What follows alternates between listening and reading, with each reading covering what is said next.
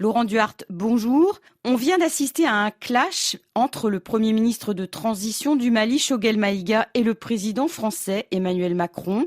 Qu'est-ce que cela nous dit de la politique sahélienne de la France ? On voit avec cette montée des tensions que la politique de la France est dans une impasse. Le Sahel est dans une crise multidimensionnelle depuis maintenant de nombreuses années et la France adopte un discours essentiellement sécuritaire et est très peu à l'écoute des sociétés civiles du Sahel et des sociétés civiles françaises qui ont aussi des propositions à faire. Et c'est pour cela que nous avons lancé un appel à la refondation de la politique de la France au Sahel et que nous souhaitons que ces tensions redescendent par le dialogue et par la mise en place de solutions communes. Est-ce qu'il y a des angles morts dans la façon dont le Sahel est regardé par la France aujourd'hui ? Oui, évidemment, il y a au moins 3 gros angles morts que nous avons soulignés dans notre appel. Le premier, c'est que la réponse est essentiellement sécuritaire et qu'elle s'attaque assez peu aux questions sociales des inégalités, mais aussi l'impact sur les populations civiles de la crise sécuritaire. Le deuxième angle mort, c'est une absence aujourd'hui de véritables discours, mais aussi d'actes sur la question des droits humains.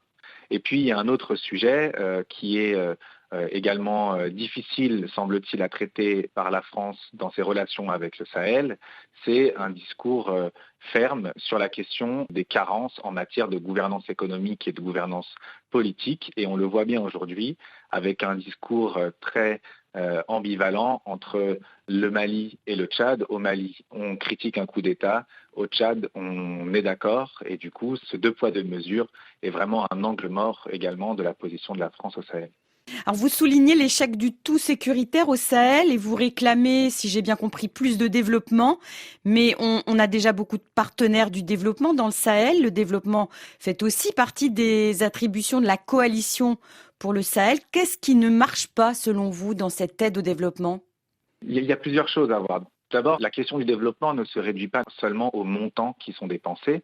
Il faut d'abord avoir un développement qui soit basé sur les sociétés et pour les sociétés du Sahel. Et souvent, on a tendance à imposer des modèles qui sont inadaptés aux contextes locaux. Ça, c'est un premier point.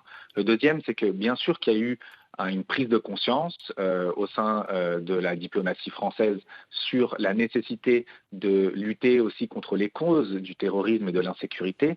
Mais pour l'instant, la Cour des comptes l'a très bien montré dans son dernier rapport, les investissements militaires sont bien plus importants que les investissements en développement et surtout, les États sahéliens, qui devraient être les premiers à faire du développement de leur pays une priorité, sont aujourd'hui incapables de le faire, notamment parce que cette crise sécuritaire pèse lourdement sur le budget de l'État.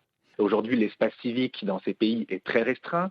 Les lois antiterroristes et les lois encadrant les manifestations ont restreint les capacités d'action des acteurs de la société civile. Et c'est aussi par ce biais-là, en soutenant ces acteurs, la France peut le faire à travers ses divers instruments, l'Union européenne aussi, que l'on résoudra cette crise multidimensionnelle et complexe. Alors justement, à la fin de la semaine se tient à Montpellier le premier sommet Afrique-France qui exclut délibérément les chefs d'État et de gouvernement pour laisser la place à cette société civile. Est-ce que vous pensez que ce changement de format peut apporter quelque chose ?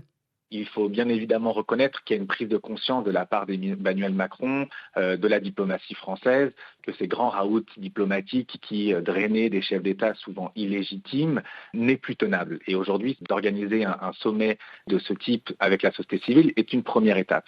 Mais on le voit bien, aujourd'hui c'est une seule journée. Pour l'instant, il n'y a pas véritablement de programme disponible et les questions qui fâchent seront certainement difficiles à traiter dans ce genre de sommet. Néanmoins, on note un effort et on espère surtout que la diplomatie française et Emmanuel Macron va comprendre qu'il faut respecter les sociétés sahéliennes et plus largement africaines dans leur complexité et surtout dans leur capacité à trouver des solutions par elles-mêmes. Et il faut accompagner ces solutions, accompagner ces demandes, plutôt que de critiquer à chaque fois que la France est pointée du doigt par l'inefficacité de sa politique au Sahel ou ailleurs. Laurent Duarte, merci.